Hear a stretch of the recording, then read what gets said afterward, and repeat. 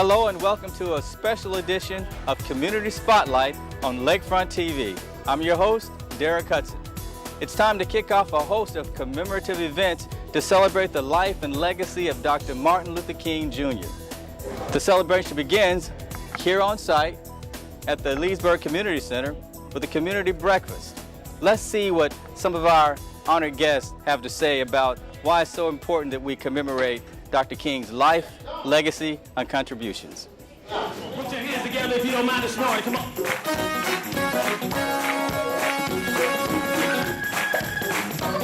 I got joy in my soul. God is in control. I got Satan on my trail. One thing and all is well. He's acting every day, but he can't have my praise. No matter we attack, I won't turn back. So we say it off this thing. Come on, we know the song. Come on, let's get on your feet. Come on. This means war. This means war. This means war. Let me say that verse again. I got joy in my soul. God is in control. I got Satan on my trail. One thing and all is well. He's attacking every day, but he can't have my praise. No matter the attack, I won't turn back. 'Cause this means war. Come on, let me say it. This means war. Oh, this means war. This means war. I plead the blood. See, I plead the blood. There's power in the blood. I plead the blood. There's a prayer of provision. I plead the blood. There's a prayer of a breakthrough. I plead the blood. I think the storm is the rain, but the blood still stays the same. No matter what is wrong, my war clothes are on, and I might be in a daze, but you can't have my praise. No matter the attack, I won't turn back. So you say, this means war. Oh, this means war. This means war. This means, can we go to church for a moment? Can we go to church for a moment? You can't have my family. You can't have my increase. Larry, you can't have my breakthrough. Come on, come on. You can't have my, I plead the blood. There's power in the blood. I plead the blood. There's a prayer of provision. I plead the blood. There's a prayer of a breakthrough. I plead the blood. This means war. This means war. Hey, this means war. Come on, say, this means war. Is anybody ready to take back your community, take back your family, take back your loved ones? Somebody ought to make a joyful noise in this place. Come on, somebody make a joyful noise before the Lord. I hear y'all still clapping back there.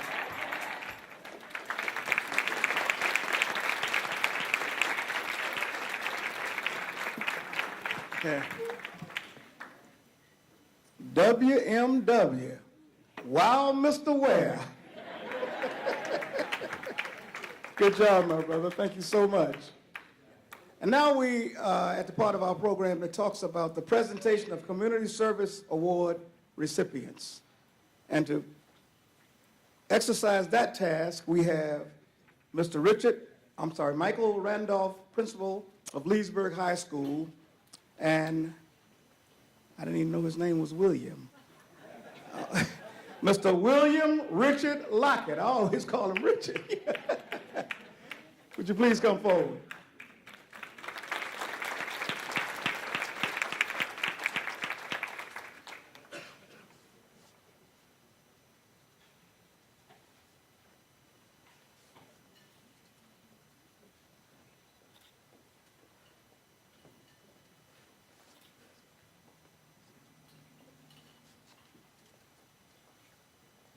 We would also like for the officers of the MLK committee to come up.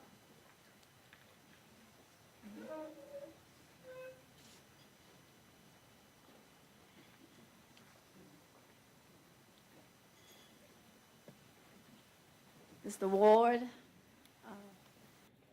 any of the officers, please come up quickly.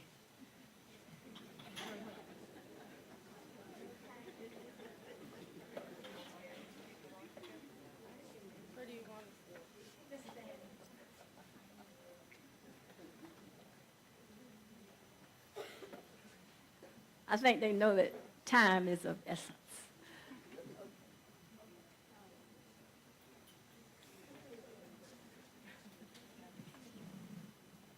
Good morning.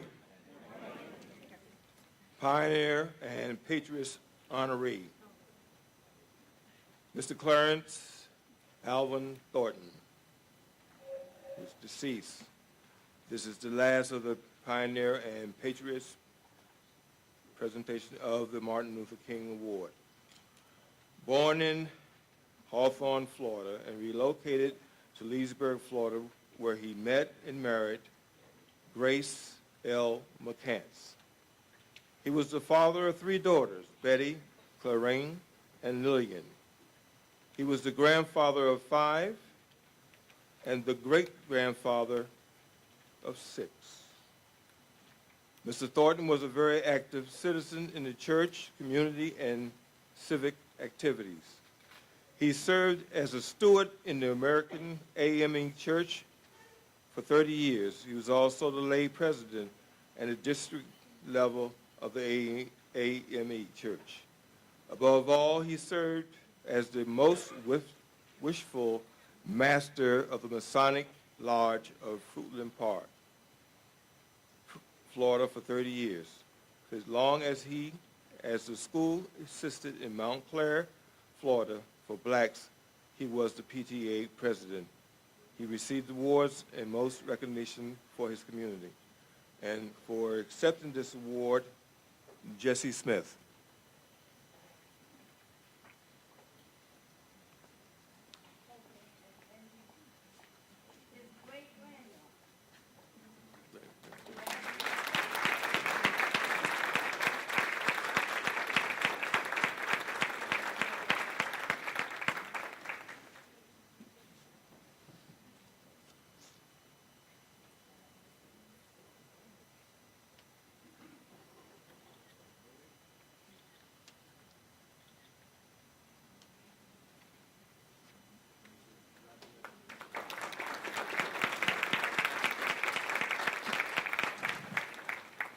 Good morning.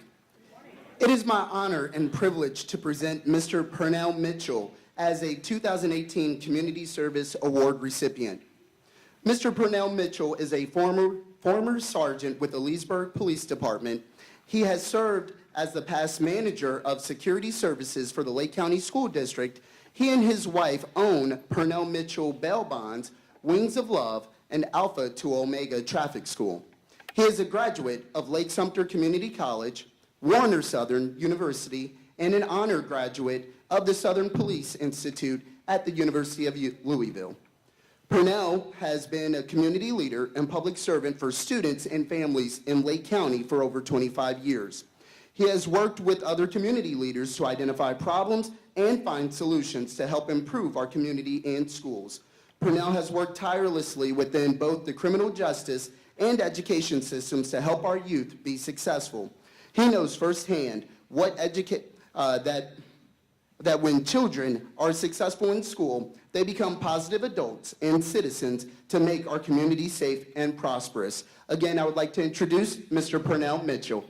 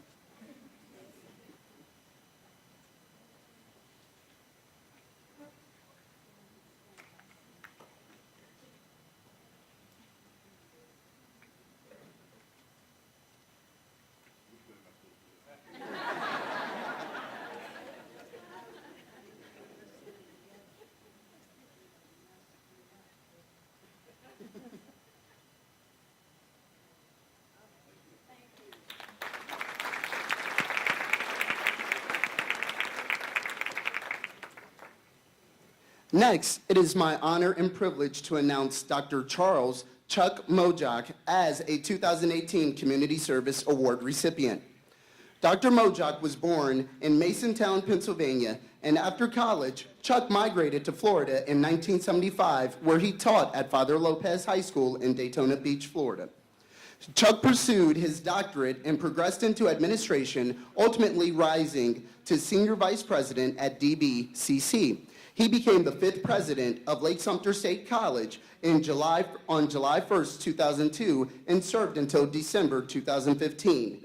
He holds a Bachelor's of Arts degree from St. Mary's Seminary and University in Baltimore, Maryland, a Master of Arts degree from Stetson University, and a Doctor of Education degree from the University of Central Florida. I guess I'll say go Knights.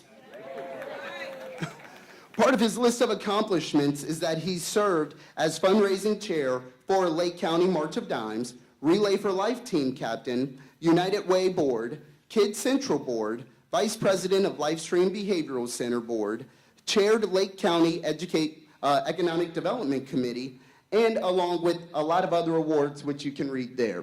So again, it is my pleasure to introduce Dr. Charles Mojak as the 2018 recipient of the Community Service Award.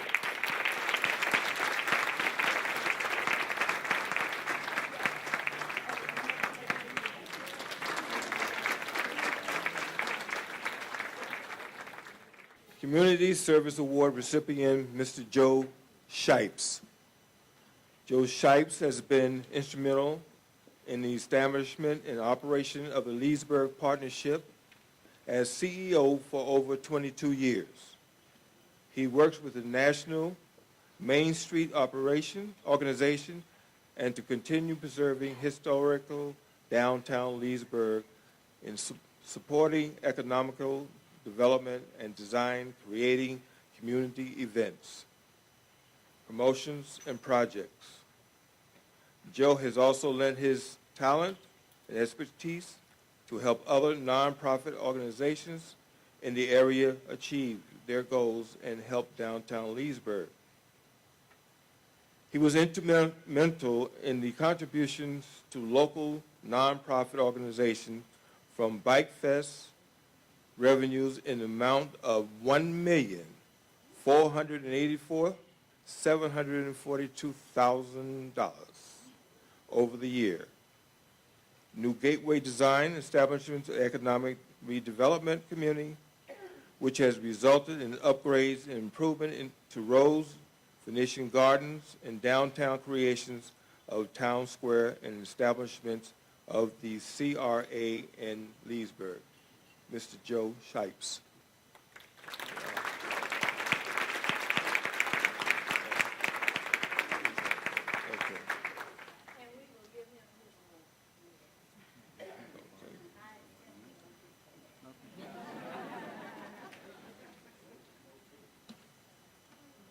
This is an award that I'm happy to discuss and to read. Mr. Mac Parker is married to Vonda R. Parker, and they have 3 children, Max III, Davana, and Dominique, and 13 grandchildren. He was born in Jacksonville, Florida. He was educated in Duval County Public School System. He received a football scholarship from Savannah State and earned a BS degree with a major in business administration and a minor in economics. He is the co-owner of the Bella Fair Events and Wedding Planning Professional. Mr. Parker is a graduate of the Federal Bureau of Investigation National Academy, retired Deputy Chief of the Leesburg Police Department, and retired international boxing referee. In 2009, he was inducted into the inaugural Florida State Boxing Hall of Fame. He is a life member of the Kappa Alpha Psi fraternity.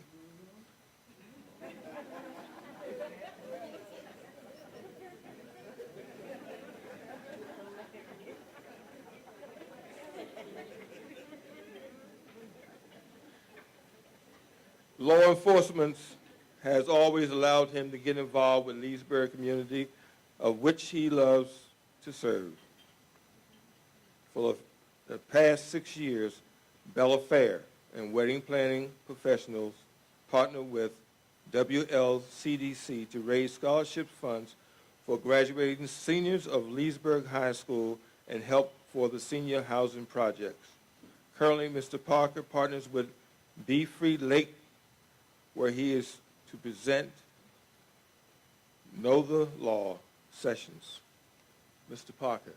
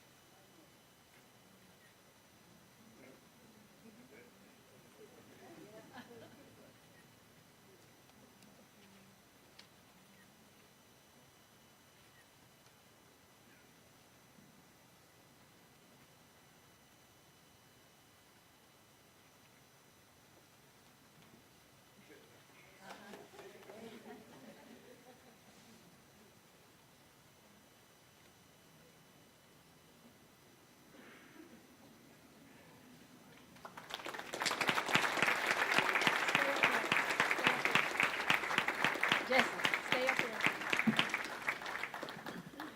Good morning again. We have 2 more awards, and I'm going to do this as quickly as I can. And these 2 people did not know until this morning that we were going to present them with these awards. So I'm going to, you do have the booklets like somebody said, and I'm not going to read everything here, but we're very proud of these 2 people on our Martin Luther King committee and other things that they do in the community. Miss Lillian M. Lockett. I'm sorry.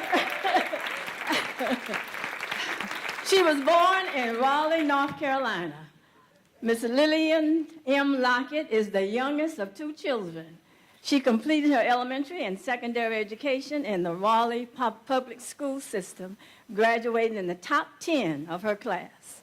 As a member of the National Honor Society, Mrs. Lockett was awarded a scholarship to attend Bennett College, Greensboro, North Carolina, where she majored in psychology. She has been married to William Richard Lockett. You know him? He's been here for almost 36 years and is the mother of 2 adult daughters and the grandmother of a 9-year-old grandson. In 1967, Ms. Lockett relocated to Washington, D.C., where she began a distinguished career in banking with Riggs National Bank. In 2006, Mrs. Lockett relocated to Florida, where she continued her banking career with SunTrust Bank as a senior vice president and regional manager. She was also a financial planner, and she was the first female and the first African American to hold this position in Central Florida. Now, she's very active, and I can't read everything that she does because it's a lot.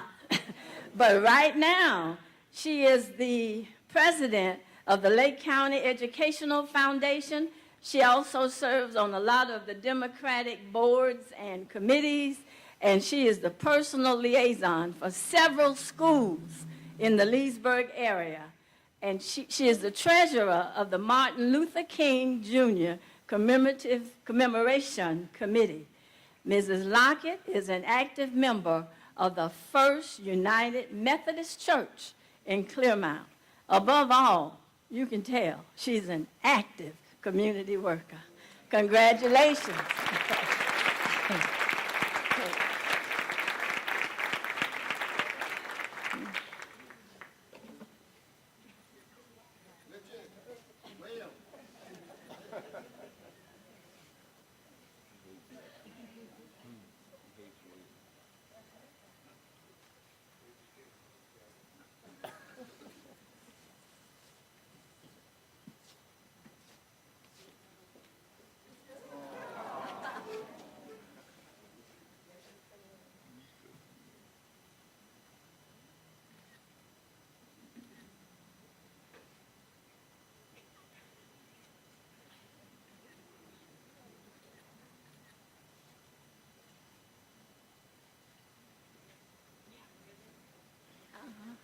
Okay, and then our last recipient is Mr. Lewis Ward. Mr. Ward was born and raised in Harlem, New York. He is a graduate of New York City College, where he earned his Bachelor of Arts degree in Communications in 1975. While attending the New York City College, he met his wife, Georgette. Together, they share a lovely family with grandchildren. He and his wife retired and moved to Florida in 2007. Now, a lot may not know this, but he is Reverend Ward, and he was ordained deacon from New York and a licensed minister of Florida. He has attended True Temple Church of the Living God in Cherry Lake and is currently a member of the Frontier Church in Leesburg, where he previously taught Sunday school to the youth. Now, he is the first vice president of the Tri-City branch of the NAACP, and he's a member of the Democratic Party, where he holds the position of public relations officer for the Lake County Black Caucus. He has been a prior president of the Greater Leesburg Democratic Club, and he has worked the polls during numerous elections. Now, Mr. Ward has a lot of stuff, too, but I'm not going to read all of that. But he is a member of the Villages Sophisticated Gents. He's a member of the Lake County Retired Teachers Association. He's a member and board member of the West Leesburg CDC. He is the present chairman of Dr. Martin Luther King Jr. Commemoration Committee, and he writes articles for the Orlando Times. I did read all of it. Congratulations, Mr. Ward.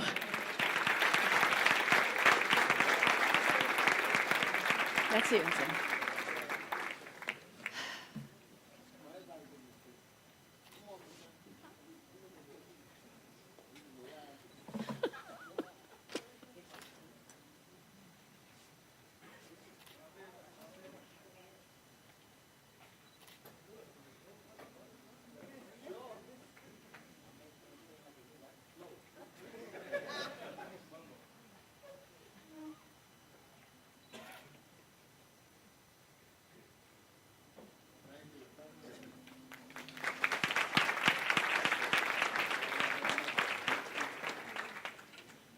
Oh, you can do better than that. Let's have another hand for our honorees.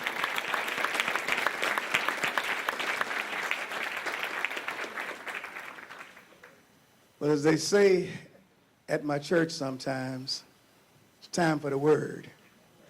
And I'm sorry, but you can't expect nothing else. Now, they got her down as the keynote speaker, but I know our keynote speaker. So right now, I'd like to introduce Mr. Anthony Mack, who is the Executive Administrator for Macedonia Church of the Living God, as he introduces our keynote speaker. Mr. Mackey.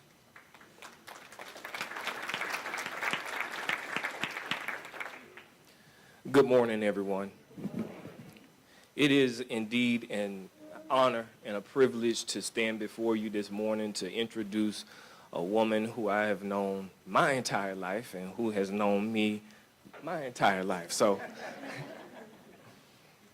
Dr. Smalley has deep roots in Leesburg, Florida. She was raised in Leesburg. She attended segregated public schools in Leesburg, except her 11th grade year at Leesburg High School in 1968.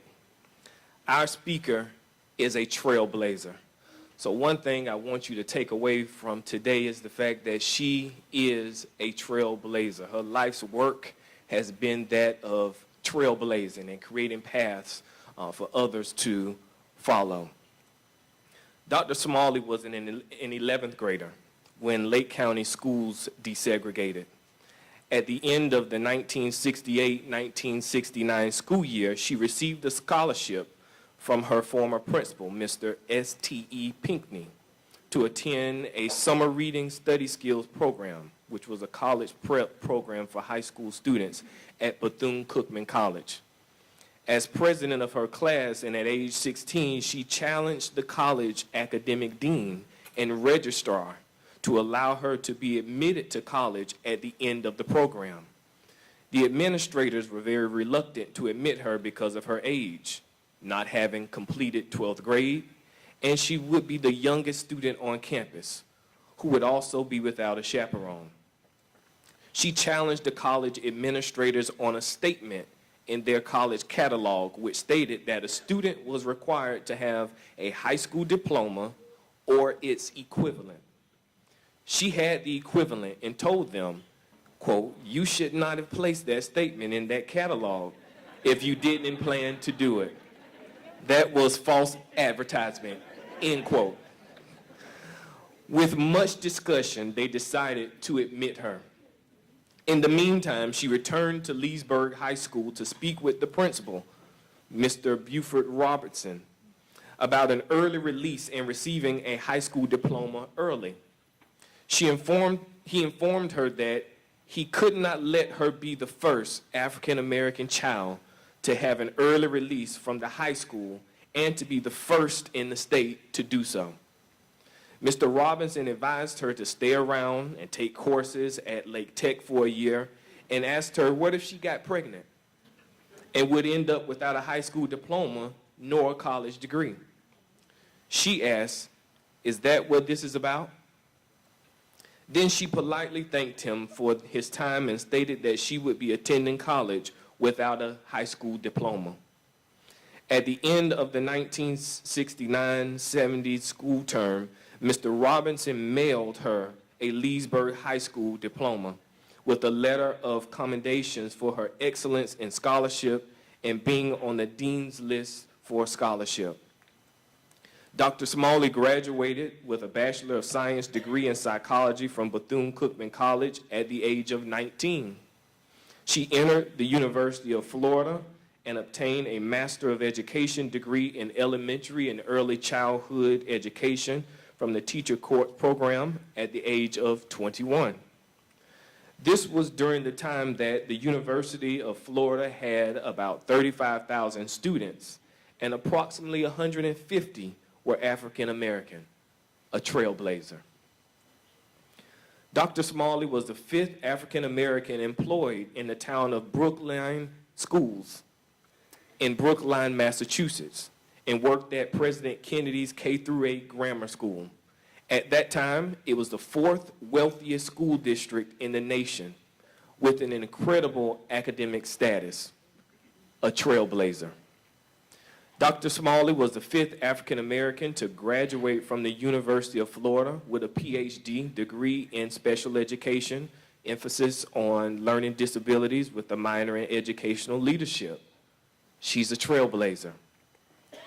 Dr. Smalley was the 6th educator to be hired as an administrator in Orange County Public Schools with a PhD. She was one of 2 African Americans with this distinction at the time. Dr. Smalley was one of 5 African American educators to receive tenure and promotion as an associate professor from the University of Central Florida in 2001. Should I say go Knights? Dr. Smalley was the first African American to write a charter application and serve as the founder and educational leader at the Humanities and Fine Arts Charter School in Lake County Schools. On May 18, 2013, Elder Dr. Shalia Y. Smalley was installed as pastor of Macedonia Church of the Living God here in Leesburg, Florida. She is the 4th generation woman preacher and the 3rd generation woman pastor of Macedonia Church of the Living God. Her mother, Pastor Emeritus Juanita M. Smalley, and her great aunt, the late Reverend Dr. Lula Pearson Richardson, preceded her in this office. Dr. Smalley became the Amazon #1 best-selling author of the book, Giving It All Up, Walk Away and Embrace Your Passion Today. Her book became #1 in 3 categories.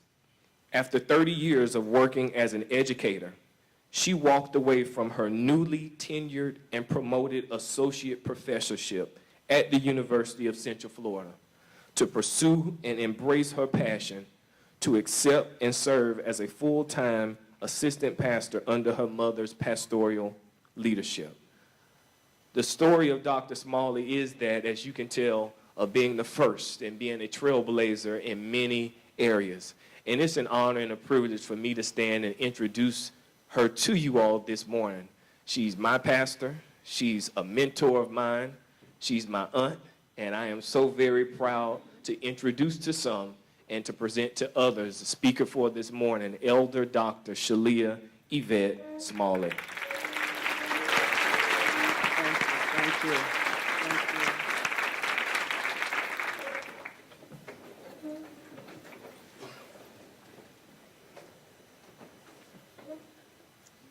We've come from the width and the breadth of Lake and Sumter counties. This is the kickoff of the 2018 Dr. Martin Luther King Jr. commemoration events. And it's Dr. Martin Luther King's 50th year celebration of his lasting contributions and impact on mankind since his death. It's a celebration and a recognition of the 2018 pioneer and patriots of Lake County. And we have outstanding people who have received this morning the Community Service Award. And let's give them a great hand of applause for their outstanding work. It's the Dr. Martin Luther King Committee, along with event sponsors and community leaders such as pastors and ministers with their congregants. It's our local and state and our governmental elected officials. It's military, it's law enforcement, it's the fire department. I mean, it's everybody. It's professionals, it's our college president, it's our school system superintendent, it's administrators, it's faculty, it's staff, it's many of our family and our friends, it's our sororities and our fraternities, it's our Macedonia family. Good morning to you. It's our social clubs, our local businesses, it's our retirees. And if I missed anybody, Mama would have me say, and you too. You are all important. And so this morning as we gather on this theme, Forward Together We Win with Love for Humanity, I say good morning and thanks so much to the committee for inviting me to be your speaker on this auspicious occasion. And I want to say thank you to Mr. Mack, a young man whom I greatly admire. I respect for his many gifts and his talents. And I want you to know that title, executive administrator, was created by me when I became pastor. I realized that now at age 65, I will not live forever. And I realized that the church must go on whether I am there or not. And so he serves as the third person in charge of the great Macedonia Church of the Living God. He is a literacy coach at the Oak Park Middle School. And it is my pleasure, Mr. Mack, to be able to work with you in our church and for the betterment of our community. And so protocol having been established, I have thanked those that have allowed me to come. And I want to get right into the message for this morning. I promise you, I am a preacher, but I will not preach. And I do know the difference between preaching and a speech. So I'm going to try to do this speech because I stand in the way between you and getting to that next job. But let me say that today we have come to honor Dr. Martin Luther King Jr., a man of dreams, a man of deeds. He dreamed for a better world where people are judged not by their appearance or things superficial, but by the content of their character. He dreamed for Americans and for peoples all over the world. Dr. King brought this nation bright victories, and he did so as he had his quest for social and economic justice, which continues to brighten the lives of many. He worked tirelessly to achieve his dreams, and he died in pursuit of them. Therefore, we proudly take this opportunity to acknowledge the dreams and recognize the accomplishments of a man who will also and always be recognized as a man with great character. He is an American hero. Let's salute and applaud the work of Dr. King. Sometimes, my friends, it is not enough to have a dream. And I say that because sometimes it takes the hands, the heart, the mind, the resources for others to bring our dreams into reality. And sometimes we need others' energy and their passion and the rethinking of old dogma and to move us forward with our dreams and help others make a difference in the world. And sometimes there are and must be acts of sacrifice for others. And so as I thought about this thing, Dr. MLK Jr., 50 years, forward together we win, with love for humanity. And as I look at where we are today as a community, as a nation, as a state, as I look at where we are, it is important to take a look at what we can do together to pursue Dr. King's dream and make it a reality. Let me remind you that we started and entered the 21st century entangled in the survival of the fittest. We are facing crises of significant proportions. We are immersed in a crime, mass shooting, and prison crisis. We're immersed in a drug abuse crisis, a healthcare system and Medicare crisis. We're in the box of a sexual harassment crisis, an adolescent suicide crisis, a liability and litigation crisis, an ethics and integrity crisis at every level of personal and public life, and an inescapable deepening of an environmental crisis. And I could go on and on and on. But our families are relentlessly torn apart by divorce, abuse, incest, and teenage pregnancy. Many of our educational systems are really remaining woefully deficient. Our inner cities are war zones, and major catastrophes and breakdown on a large scale are now within our reach, causing increasing stress, complexity, overload, anxiety, depression, and yes, suicide. Some of our well-known social critics have said that each day we awake to a world that appears more confused and disoriented than the one we left the night before. Every time we think we found a way out of a crisis, something backfires. The powers that be continue to address the problems at hand with solutions that create even greater problems than the ones they were meant to solve.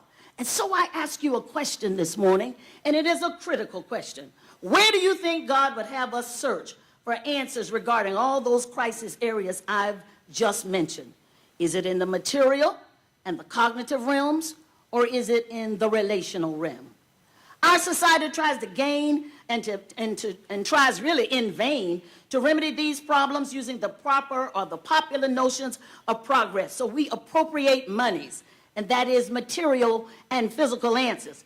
But insufficient funds and lack of education is not really the problem. The problem is in the relational realm and the lack of faith in God. All of these problems can and would be solved if all of us would roll up our sleeves and work together, heads, hearts, and hands, and exercise our faith in God. On our money, we say, in God we trust. In the scriptures, the Lord has commanded us to do two things.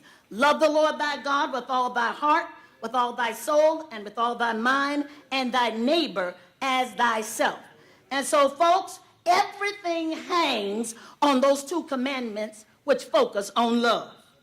In reality, and the reality is that there will always be problems. There will always be crises in our lives. And that's not a threat, that's a fact. But we cannot afford to have our homes and our communities, our state and our nation paralyzed and traumatized by us doing absolutely nothing. Together we win. Together we win. Together we win. So we must move to action and be successful. So what then are some things we can do together with love and humility to pursue Dr. Martin Luther King's dream? Let me start with the church, because while Dr. King was a great scholar, a great educator, he was a great preacher. The church has been the second most influential institution in this society. For many of us, including me, the church has made us great. For many years, the church was the mechanism by which the life of individuals has been spiritually cultivated. And we dare not leave the church out at this hour, forgetting what she has done. You see, I grew up in Leesburg in the 50s and the 60s, where families came together in trying times, when their backs were against the wall. And the church taught us to love and not to hate. The church taught us to not be bitter, not to be in despair. The church taught us how to hope against hope when it was no hope. The church taught us to push on and become something great. The church taught us to strive when we were weary and to reach beyond our grasp. I don't know about you, but I do know about the black church, which has come from an heritage of those who understand life's dualistic consistency. We know in the black church that where there is an outside, there's an upside and an inside. We know where there's a down, there's an up. We know where there's a bottom, there's a top. We know where there is a wrong, there is a right. We know where there is a present, there is a past. We know where there is effort, there is energy. And God knows we're the people that know that where there is a will, there is a way.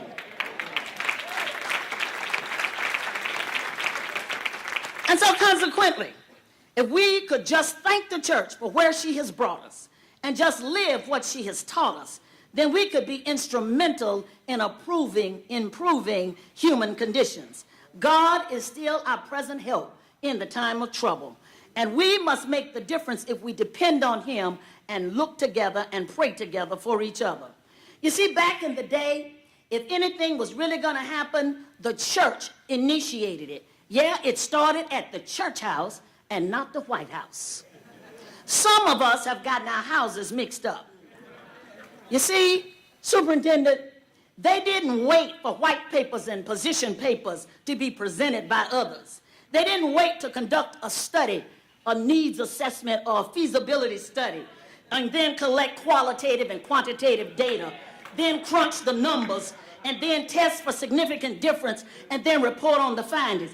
They had less education than we have today, and yet they saw a need. They got on their knees, they prayed for direction, they moved by faith in the Holy Ghost, and they got the job done.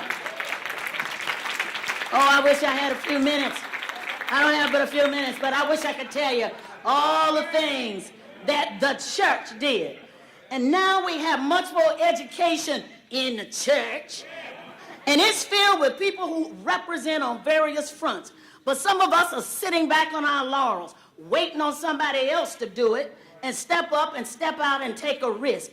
I came to serve you notice as a deputy of the Lord Jesus Christ. And for those of you who represent in the church, to return the church to its rightful place in the community. Yeah, I said it. Yeah, I know all about separation of church and state. I get it. And I still know that Sunday morning at 11 o'clock a.m. is the most segregated hour in America. But I also get that when there is a tragedy or an upheaval in our community, in our state, in our nation, we forget about color and we get around the flagpole at the schoolhouse, the church house, the governmental buildings, and we begin to pray about our situations. I'm just saying, I can tell you that if we can call on the church when we are in despair, we can call on the church to partner with government, schools, businesses, social agencies to help us out of all this stuff. And some of our churches in this community have more grant money, scholarship money, sponsorship money, tutoring and leadership academies than the school system and the university combined and any other agencies. So this is no time for exclusion. You ain't got no need to be talking about who is in. Everybody's in. We are in a mess. And the church folks need to step up and be invited to the table to share some of their resources to bring about a change in our community. I'm talking about Forward Together We Win, with love and humility and humanity. Let's look at education. That's one of my favorite areas. I've spent 42 years as an educator. And I love the words of Ron Edmonds, who said these words. He's a noted black psychologist, and he said, "We can, whenever and wherever we choose, successfully teach all children whose schooling is of interest to us. We already know more than we need to do that. But whether or not we do it must depend on how we feel about the fact that we haven't done it so far." Let me translate that in Ebonics. We ain't there yet. It's been about 64 years after Brown versus the Board of Education in 1954, when the U.S. Supreme Court ruled that racial segregation and discrimination in public schools was unconstitutional. I was about 1.5 years old. We are still talking about achievement gap. And then, back then, and still talking about achievement gap now. Action is long overdue because we still have too many students matriculating for 12 years and can hardly read or write well enough to pass minimal competency. And many of them receive certificates of attendance rather than a high school diploma. Shame on us. I said shame on us, because we're all a part of that problem. We have too many students that are mentally challenged going unnoticed. And I don't say that just as a special educator, but I say to us this morning that we had better pay attention and give those students the help that they need now, because we'll either pay now or we'll pay later, and we'll continue to pay for their wrong decisions and actions. I'm talking about together we can do something about this. The issue is education for our children, our most precious possession. I don't care where they get educated, whether it's public, private, or charter school. The fact of the matter is, I don't care where the money goes. I care about who gets the children and makes a difference in their lives. It takes all of us to educate our children. And I have international recognition for my work from the University of Central Florida in parent involvement. I did my work down in Tangelo Park, and many of you know that community in Orlando, and the Paramount Park area. I, along with the parents of those communities, decided that we were not going to have our children continue to fail. We got together and we worked together, and we were able to turn around many of our students and have them come up with their academic achievement and their behavior. Don't tell me we can't do it together. Parents and I together worked very tirelessly, and we know that parental involvement is one of the single most important indicators of academic student success. The research shows that parents many times don't even know what school systems are doing with their children. But the research shows that when these parents show up, it sends a signal to their children that education is very important to them. And the children rise to the occasion, and they know mama and daddy are playing, and this school is not playing, and I'd better get on board. The research shows us that parents, and let me say something to parents, don't turn your children over to the school district. They can't teach them everything. They depend on you to teach them some things. Parents, if you are involved with teachers and collaborating on behalf of your children, they create windows of light for the generations that follow. Our schools have resources to spend for parental involvement, but they need parents, they need businesses, they need other agencies to come to the table and participate. My brothers and sisters, together we can rise to the occasion. Make sure that our belief in the impossible for our children is transmitted for generations of children to come. But as Dr.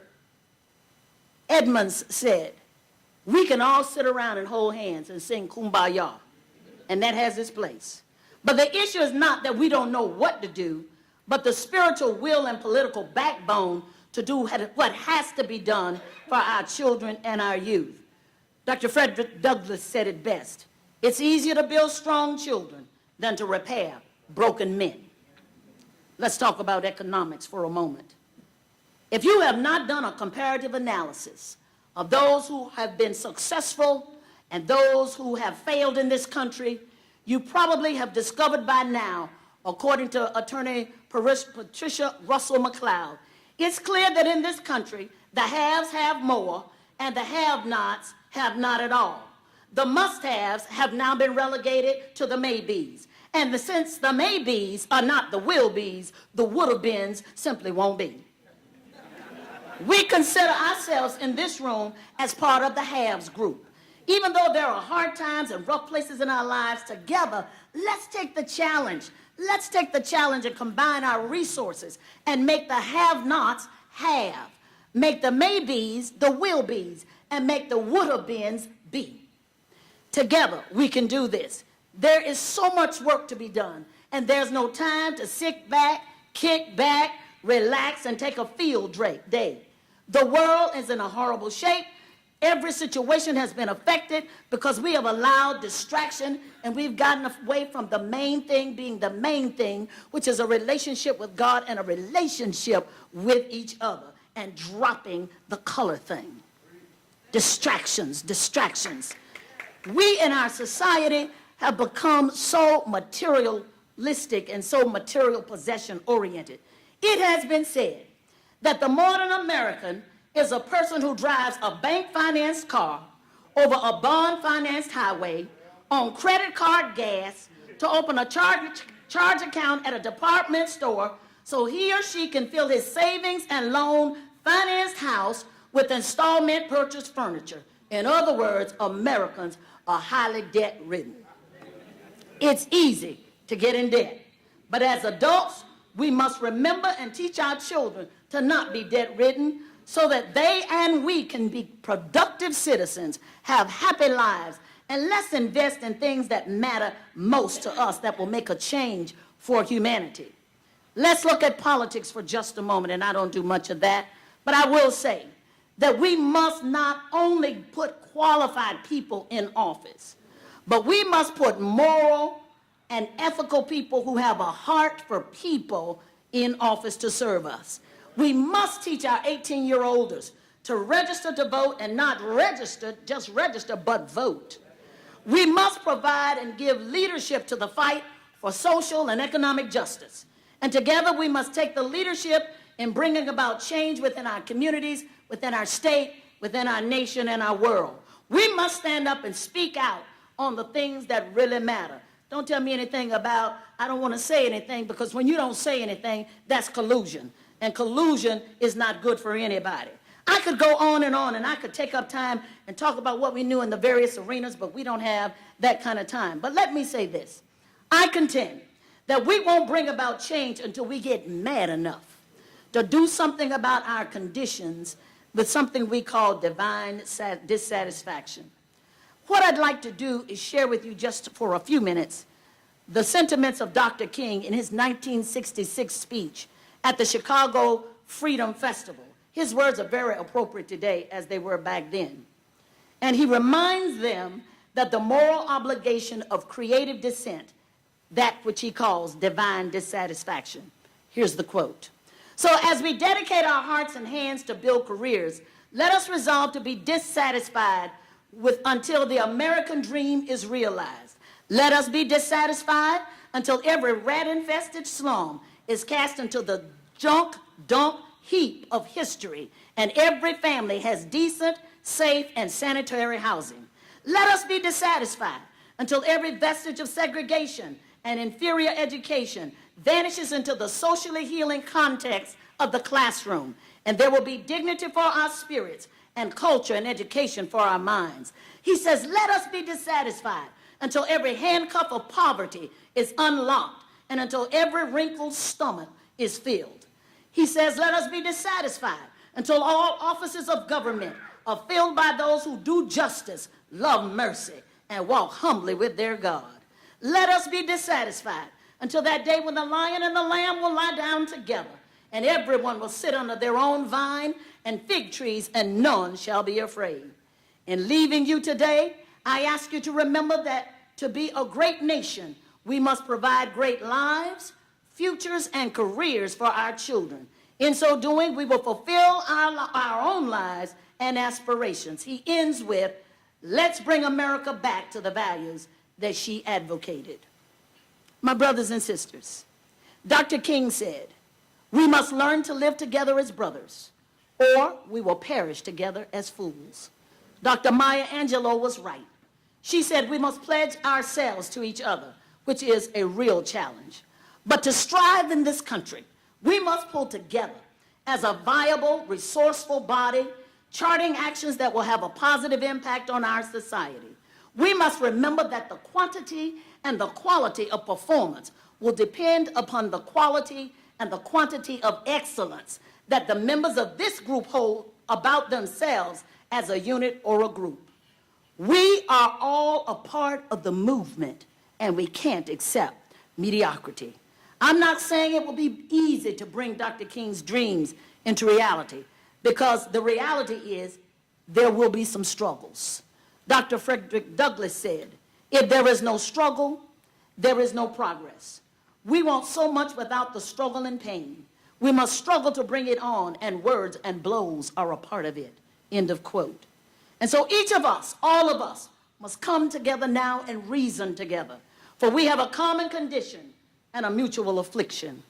As I close, I challenge all of us to use our resources in ways that will sound an alarm and strike a chord in all of America. We are the people that must remind America that all of us came here on different ships, but we're all in this boat together.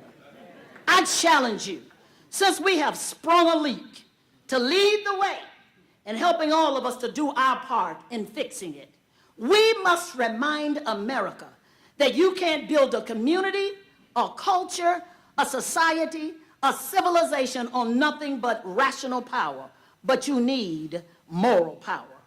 We must sound an alarm to all of America that there is no life, there is no culture, there is no humility unless we bring and marry moral capability with mental capability within a context of spiritual reality. In other words, God and our love for each other is the key. And so as we celebrate the Dr. Martin Luther King 50 years, let's remember, forward together we win with love and humility. God bless you.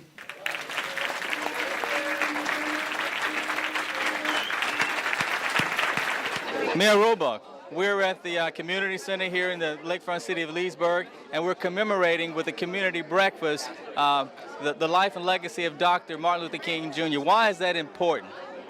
Yeah, so I think it's important that we commemorate not only where we've come and the fight for equality that Dr. King stood for, but also how far we still have to go. And it's a good opportunity for us to remember that, while we have equality under the law, thanks largely in part to Dr. King's efforts, we still have a long way to go in equality of opportunity. And this is a time to reflect on that and really engage the community and focus on that fight in the new year. So today we're at the Leesburg Community Center. We're commemorating with a community breakfast, Dr. Martin Luther King Jr.'s life and legacy. Tell me why it's important that we commemorate his life and his contributions.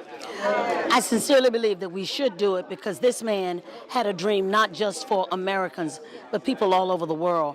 His legacy and the contributions that he made were just breathtaking. They were just out of the box. Nobody else has ever died and sacrificed like he has on behalf of the people. And so I believe that an honor to him would be for us to commemorate his life, his legacy, the work that he has done, but more importantly, that it gives us a roadmap from which to work, because we still have not realized that dream. He died in pursuit of that dream, and I believe it is up to all of us to know the story, to tell the story, to be a part of the story, and make sure that that dream becomes a reality. So, Commissioner Christian, tell me, why is it important that we commemorate Dr. Martin Luther King Jr.'s life and contributions?